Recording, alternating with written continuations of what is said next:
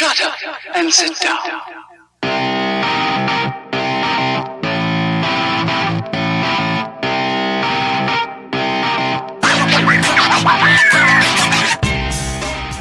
Hey everybody, it's the Takeover Tuesday podcast, and I'm David Allen, and we're back with another edition, and today we have a special guest, someone who goes by a few different names that I know her by, the announcer babe.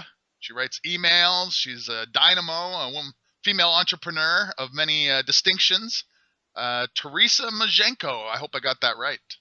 No, that was absolutely brutal, but it doesn't matter. I'm a friend anyway. It's always when you get involved with, as a Canadian myself, I know you get into these multicultural blended names. It starts to get a little murky. So I took my best shot at it. But Misty is Yes. probably what I know you best by. That's right. And maybe tell us, how you got started in all this marketing stuff. What your sort of superhero origin story is. My superhero origin story. Well, it started about probably 10 years ago when I decided I was incredibly fat and I couldn't sit I couldn't fit my hips into a chair anymore. And I decided, all right, I have to lose some weight. So I joined a boot camp. I became a nutritionist, and it took me about 2.5 years, but I lost 120 pounds. And I think that's pretty superhero, right? Yeah. But I am not your crunchy granola, grew up playing sports. Like, I drank my way through school, smoked a lot. And so, like, for me to actually do this is insane. And so I figured if I can do this, then I can certainly help other people do this too. And so that's what I based my entire career on, was being able to get people to a healthy and happy place in their life. Well, that is great. That to lose 120 pounds as someone who's struggled with his weight most of my life too, I know how hard that can be, especially to change from such a radical booze swilling smoking into the fitness thing. Maybe you can talk a little bit about that, because I know we have people out here probably in our audience that have similar things, maybe some of the things that led you into being able to change that, so maybe some mindset things or things you changed physically about your life.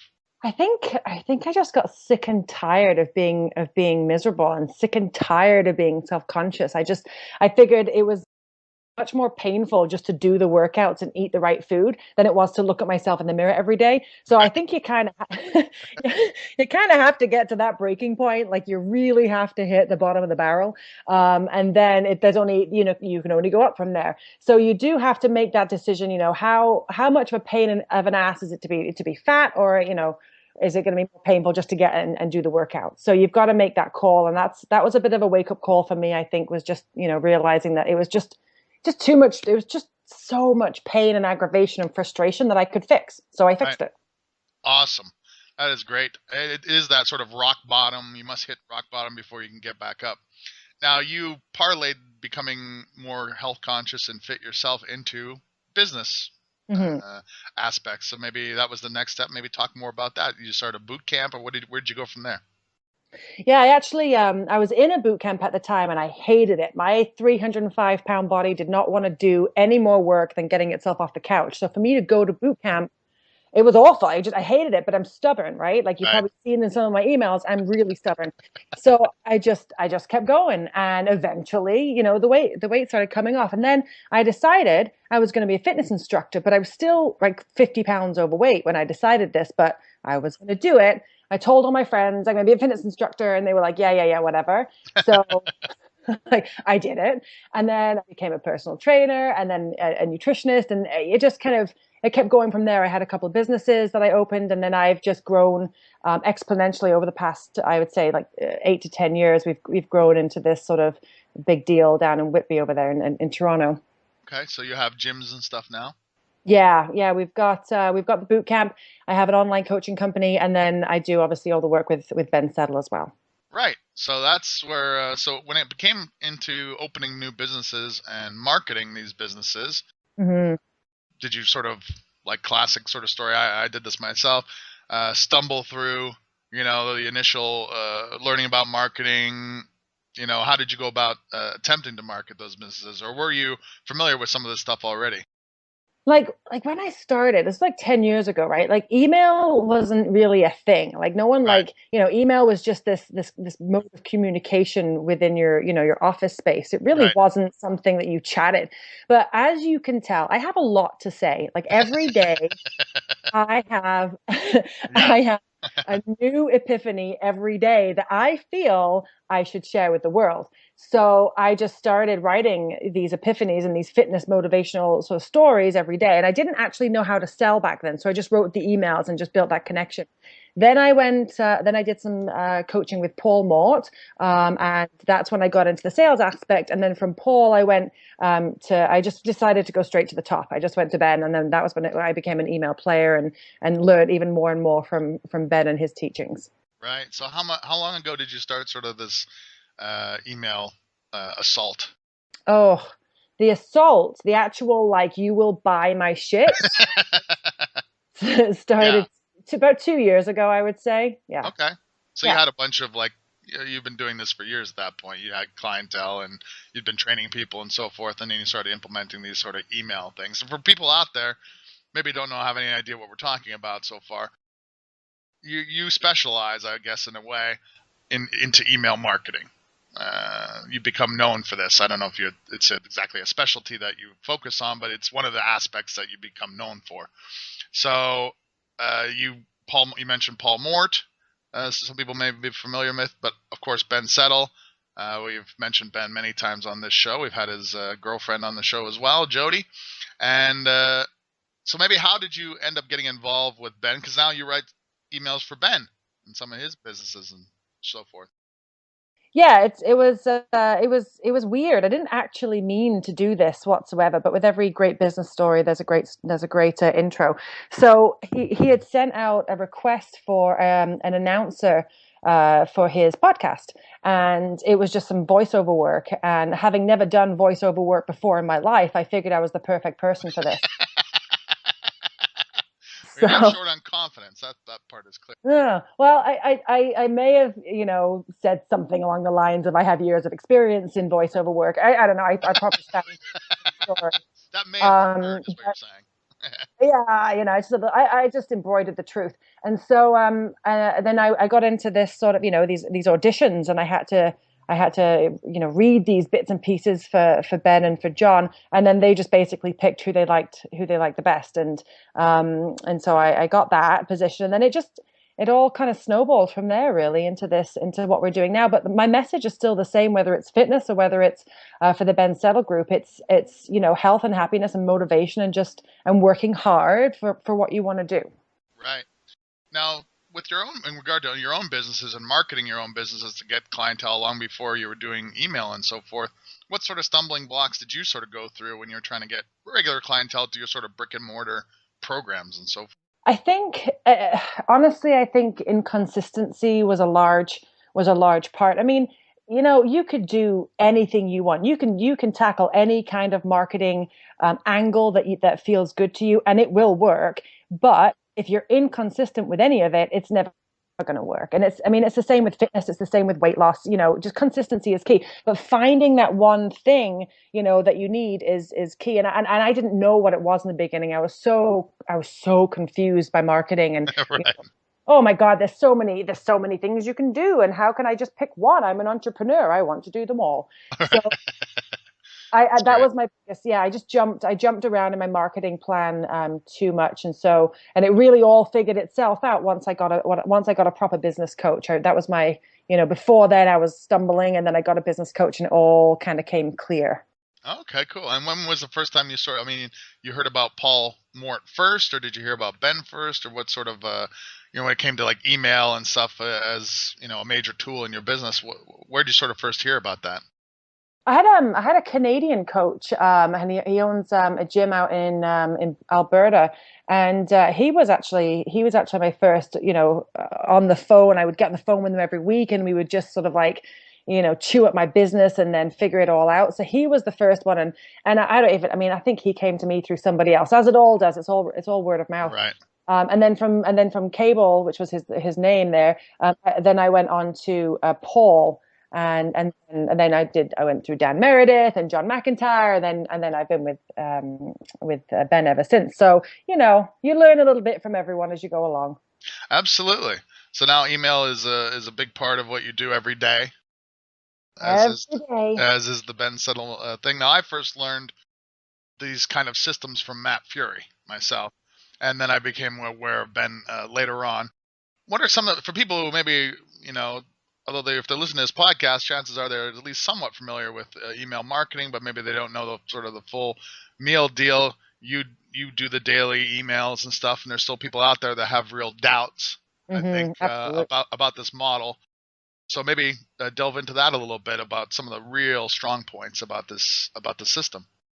I mean, I think definitely if you're in any kind of service industry, right? If you're in the fitness industry or any industry where you serve people, which is, is basically all of them. But if you have an industry where people can suffer or there's pain or people get frustrated or depressed or down, this is where email marketing works really, really, really well. You can pick on all those pain points and you can write a story about them. You can write a memoir about them if you've got firsthand experience. You can write about these horrible things and then send them out into the world, and then people will connect with them. And once they realize, oh shit, this person's the same as me, they're much more likely to purchase from you, right? So that's where I find in the fitness industry, my email marketing comes in handy, and having firsthand experience of being disgustingly overweight, that it all ties in really nicely. So if if you're looking at your business and thinking, how do I market this? And then that this, there are people out there suffering in your niche, then that's all the stuff you need to write a good email. Right. And you write daily emails to your lists. Yeah, every day. And I mean, I love to write, and I love to I love to think that people get some kind of inspiration from it. That's what keeps me going. Now, for you, you've been doing this for a while now, several years. I think that there's a lot of people that there's a misconception that this takes a lot of time, and of course Ben would say that that's not the case. But for you, typically, because you do this every day, what sort of a time commitment is it for you to put these daily email things into action?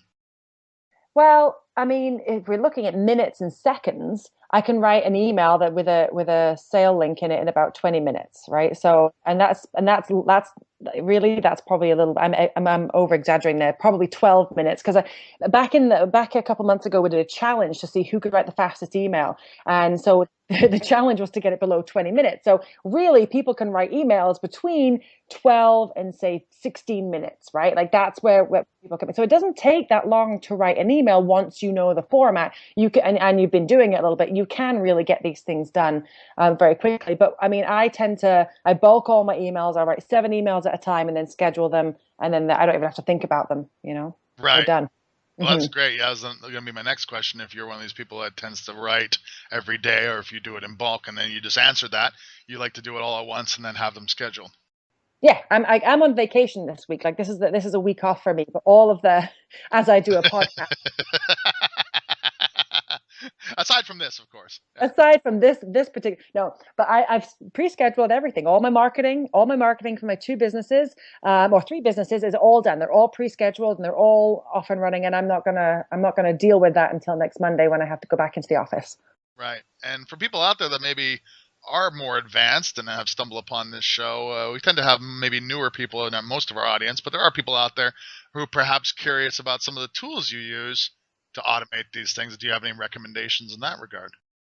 The only tool that I use is Aweber. I mean, I don't think there's anything special. I mean, when you get into the back end of it, that's when it gets a little bit more techy. I mean, I've got an online store and it links up to my Aweber, but there's really the 2 things that I use in my fitness business would be Aweber and Shopify. I think are the two big ones I can think off the top of my head. And then Ben has a whole team of tech people doing stuff for him on the back end, so I wouldn't even know. But yeah, it's Aweber is the handiest. I mean, and whether you love Aweber or hate Aweber doesn't really matter. It's an email scheduling tool. Right. It's merely a tool. It's just, yeah, I mean, I could say great things about Aweber and I can say not so great things. It doesn't really matter in the end. It's just you've got to get something to help schedule your time a little bit better with those emails. Right, and then you don't have to do them every day if that's what you choose. Yeah, I think people have this misconception that there's a lot of techie stuff and oh my God, I Right. can do it. It's far too technical. And then I'm like, no, you just need to you just need to be able to write. That's really all it is. And that I think when I show people exactly how it works, they're like, oh, it's really not that hard. I'm like, right? Oh. Yeah, 'cause I mean, especially people getting into marketing, online marketing now, Yeah. especially, I would say there's so much talk about funnels and there's so many funnel products and so forth going on. That seems to be the latest wave of stuff. Yeah, I mean, even me who does it day in, day out, I still find that very intimidating. Like when, you've got all these big names talking about this next big funnel, and I'm thinking, shit, I just get people from Facebook to my blog to my email list. Right. Meanwhile, that's a funnel. Doesn't Yeah. sound good when when you talk about when you see it on Facebook and everyone's like, the latest and greatest in funnel automation. I'm like, Yeah. oh, And I yeah. think that's one of the things that's probably resonated with me and why I've been a fan of Ben and thusly you, is that it is kept simple. Hmm. Simple. There's none of this jargon, for people who are not as familiar with marketing and so forth. There's a lot of jargon. So they keep it simple with very simple, quote unquote, funnels, if you will, driving people from a simple ad to an opt-in. Yeah. I mean, I think the simplest way is to just write from your heart and write to the people that want to hear from you, right? So just if you're I was listening to the Evil Ball Genius, the podcast you did with Yes. that guy he's great. I'm on his email list too, right? But he's got a very specific way of emailing. I don't even think I could email the way he does because I don't think I could be that profane, but people love him, right? He's And found his so people. Yeah. he's found his people, and that's exactly what people need to do. Just write from your soul and just let it all out. Yeah. I think that's another thing that I want to have you on the list because normally it's been a while, I think, since Carlos has been on the show, but I originally started this podcast with Carlos Redlick, another copywriter, and Carlos is known to be profane, and I can let fly with my own thing. But we've encountered some people who refuse to come on the show because of that, and those are probably not our people, for lack of a better term. Sure, they're very nice, but they're just not our people. And as a result, this has become an internal dialogue amongst each of us and some of the people we've had on the show. Mitch Miller, another copywriter we had on the show, we had a big talk about this. I know you're known for being sort of over the top, Yeah. perhaps to some people.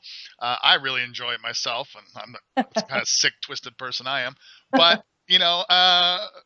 talk more about this because there's a lot of people out there who are still towing this professional speak sort of tone Mhm. as opposed to the tone which I think is more real and trustworthy, perhaps, shockingly, Yeah. that you sort of abide by.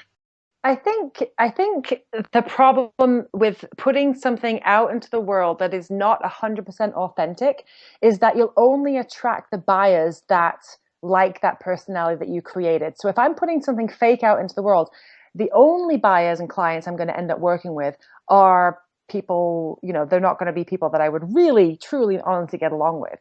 And I think over the years, I've got a pretty thick skin. And I think over the years, I've just said, fuck it. Like, I can't deal with keeping up appearances. I can't deal with being this full on professional, super professional person that, I could pretend to be if I really wanted. Right. I've It's just decided tiring. it would be exhausting, right? Like, if I want to write emails in my pajamas with a hangover, then I can. But like, I don't want to have to be that person that I don't, I don't really want to have to live up to those expectations. Maybe in my 20s, that would have been a perfect fit.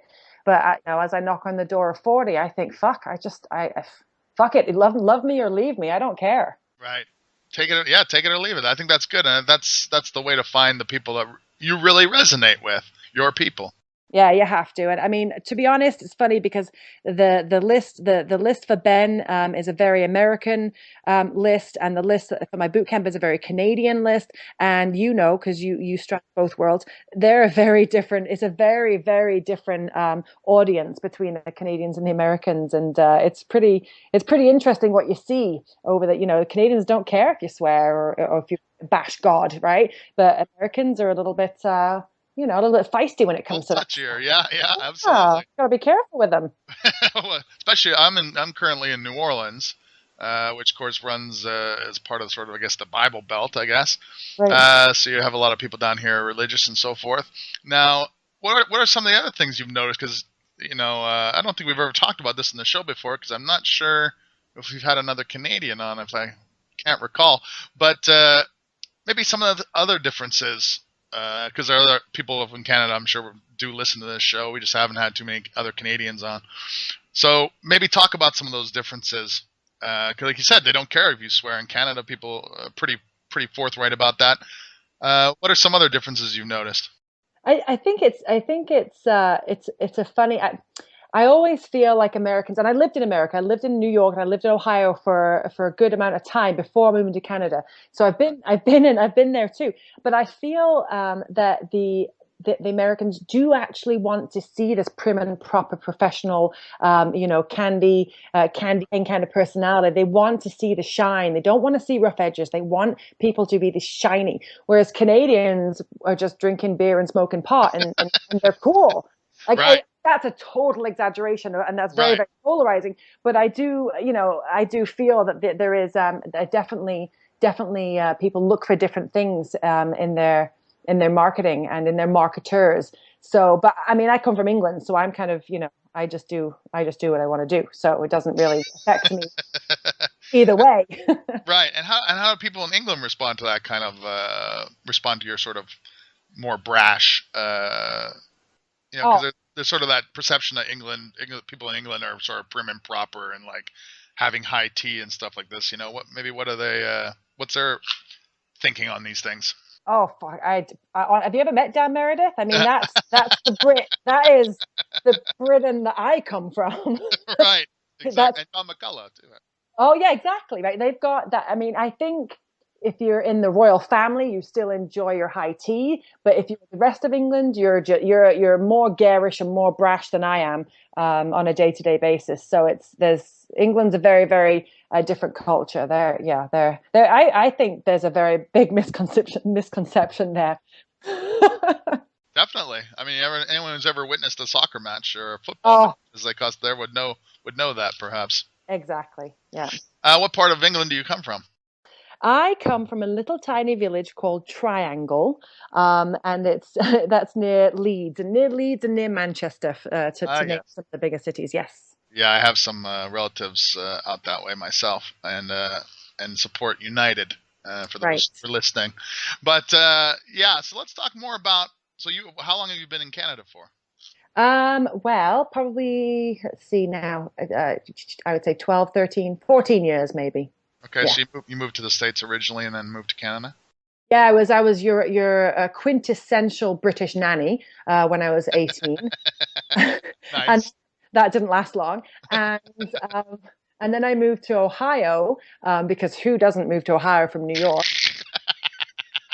I went to community college. I did got my I got my degree there, and then after that I moved up to Canada. I just couldn't take root in Ohio. It just wasn't for me. Right, right. I could see that. Now, if people are just sort of getting involved, maybe they're learning about marketing, maybe they have an offline business like a fitness business and so forth. What are sort of the 80/20 things people can get going with very quickly? Obviously, perhaps email. What are some other things that maybe were stumbling blocks for you? And now that you've sort of figured it out, you're like, man, I should have just done this right from the get go. um, if it's not going to be email, I mean, I'm going to recommend email because it's how I market all my businesses. But if it's not going to be email, you have to have some way of being in contact with your clients and your prospective clients every single day. Like you have to be able to touch those clients somehow consistently day in, day out. So, I mean, you can do it on Facebook. I also have a private Facebook group for my boot camp where all of my clients and my potential clients hang out and we chat about the boot camp and how awesome it is and why everyone should be there. So there is one of those things that you could do, which is free right off the bat. Create your own private community where your clients and your non-clients can hang out together, and so you can sort of generate some more leads there. So that's a very free thing to do. But again, it's all about this. How can I be on the forefront of my prospective client's brain every single day? And I think that's the key, because there's so many. I mean, look at the fitness industry. It's the most competitive niche in all of marketing. Right. And so if I'm not there constantly poking at them and reminding them that I'm alive, they're going to wander like sheep off into, the next boot camp or the next gym down the street. So, you've got to create those connections and work on them every single day. Now, in regards to your Facebook group, you said you had non-clients in your group as well. Yeah. Is that something you just make new prospective clients aware of? They source it out for themselves, or is there some sort of process you have for putting people into these things? So whenever we get a lead in, so I'll give you the entire rundown. So say, you want to come to my awesome boot camp. Okay. You're going to either contact me through the web or you're going to give me a phone call. And then I'm going to bring you in. I'm going to bring you for a meet and greet. I'm going to sit you down in front of me and we're going to have a chit chat about what you need to do. What are you looking for? And we're going to invite you in for 2 weeks into the boot camp. In that initial orientation session, I'm going to say, what's your name on Facebook? I'm going to add you as a friend right now. So I add that person as a friend on Facebook. And once they're a friend on Facebook, I can then add them into the group, add them into that group. And so in their 2-week test drive of my facility, not only are they doing the boot camps, working with the trainers, dealing with the nutritionists, they're also seeing how our community interacts and how the members talk to each other and how inspiring everyone else is. So it's very important that I do that right off the bat, so they can so they can be fully infiltrated into our little clan. Right. Indoctrinated, yes. Yeah, exactly. Yeah. So that's a free trial offer, a 2-week free trial. It's not free. No, it's $29. There's nothing for free. Okay. But good for you. Good for you. Now, so that's so there's a good, for people out there that maybe have not fitness businesses necessarily, but any business, you got a good insight there onto how to indoctrinate people, for lack of a better term, into your way of doing things. And then the people that don't join up right away after the 2 weeks, you have them on your email list and you're bombarding them with great emails. And they're still in the Facebook group. They're still there until they leave, because I don't want them to ever forget that I exist. But yes, that will be there, and then the daily emails will be there as well. Right, and they're interacting with other people that are in the actual program in your Facebook group. Go ahead. Go ahead. I was going to say, some people aren't instant buyers. Like, I'm an entrepreneur. I make decisions very, very quickly. If I'm going to do it, I'm going to do it now. But there are a lot of people that are not like me, and I get that, that need a few months to figure out if they're actually going to, commit to something or commit to purchasing your product or commit to your service. And so if you just say, okay, see you later, see you in a few months, they're going to forget who you are, by tomorrow. But if they're already, if you're just pulling them into your circle, then they're not going to forget about you, and you will be the person they return to in a couple months when they're ready to buy. Right. Now, what do you think is the number one sort of, in your experience, misconception people have about being in business for themselves? I'm going to be so rich. It's going to be so awesome. I'm going to have a and a laptop. I'm going to be flying all over the world. I'm going to hustle. That's a misconception, because you're going to hustle, but guess what? You're going to hustle your ass off, and you're still not going to have your Porsche or fly all over the world. Not in your first year. It's going to take time. And I always say to my coaching clients, and I always say to people, that are asking me about business, I'm like, it's not what you know, it's how big your balls are. And that's what's going to get you far in business, because you're going to have pretty big balls to survive the stress roller coaster that being an entrepreneur puts you on. I think that's great advice. Now, if people want to get involved with you, either locally, and in your fitness programs for those people in Whitby and around the Toronto area, or they would need some business advice and so forth, how do people get a hold of you? If they're in the GTA and they're looking for that kind of stuff, it's 10,000strongbootcamp.com. That's my little boot camp. But now I only work with women. I only work with female entrepreneurs. And if they're looking for coaching, that's 10,000strong.com. So that's the coaching website. And again, only women. Sorry guys, but I can't deal with Well, at least you're honest. Yeah. And lastly, perhaps, because I think you've given us an enormous amount of value already in this just a short time frame, I think it's been great, and probably people need to digest this. What other things can you offer? So maybe advice you can offer people who are either just getting started. In your own experience, you've got offline and online businesses. Maybe what are some of the things that maybe are counterintuitive or people don't readily grasp? People have to spend more money than they're comfortable with on coaching and learning and investing in their own knowledge of business, because it all goes really well for the first 6 months, and then all of a sudden that motivation crash comes, and you're kind of you're drowning a little bit. But if you have a coach or someone to teach you something new, then you'll never go stagnant. So and the problem is it's expensive. People don't want to put out that kind of money for to learn. They want to put out that money just for someone to do it for them. But you have to spend the money, and when you come up against a roadblock, whether you're like, well, do I put money into coaching or do I put money back into painting the walls at my studio?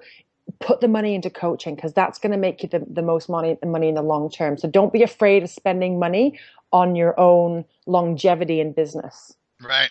Now, for people who are going to seek out mentorship and coaching, how do you vet some of these people? Like, what's the process you went through? Did you have to go through a couple coaches, or did you consult people, like Ben perhaps, or somebody that sort of tipped you off to the real deal people right off the bat? I think it's more of a gut reaction with me. If I listen, honestly, if I see them living the laptop lifestyle and they've got pictures of their feet on the beach or by the pool, that's not going to be my kind of person. Right.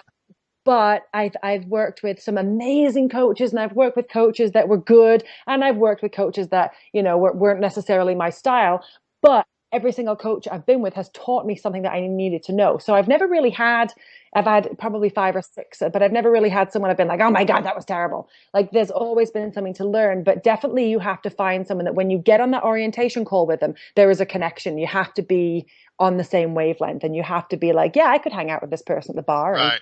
And, we could have a few drinks. That's how I vet them. I don't vet them on their, on their skills or what they say they've done in their life. It's got to be on that one-on-one connection on the phone.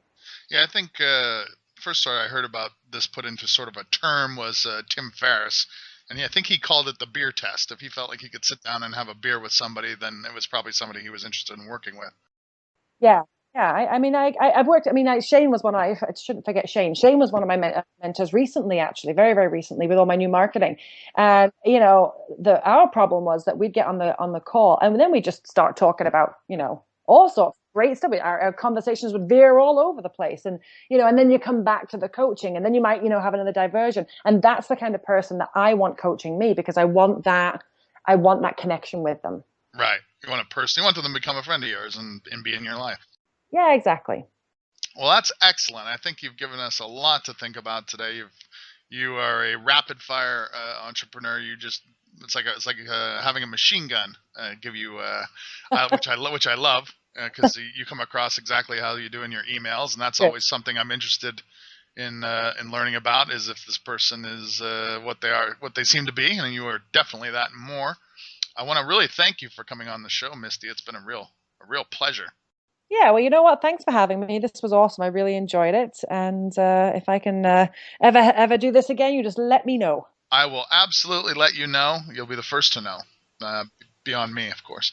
For everyone else, of course, we like to thank Ben Sound at bensound.com for the intro and outro music, free royalty-free music for your projects. So check him out if you're looking to do some video or anything that requires music. He is a gracious creator.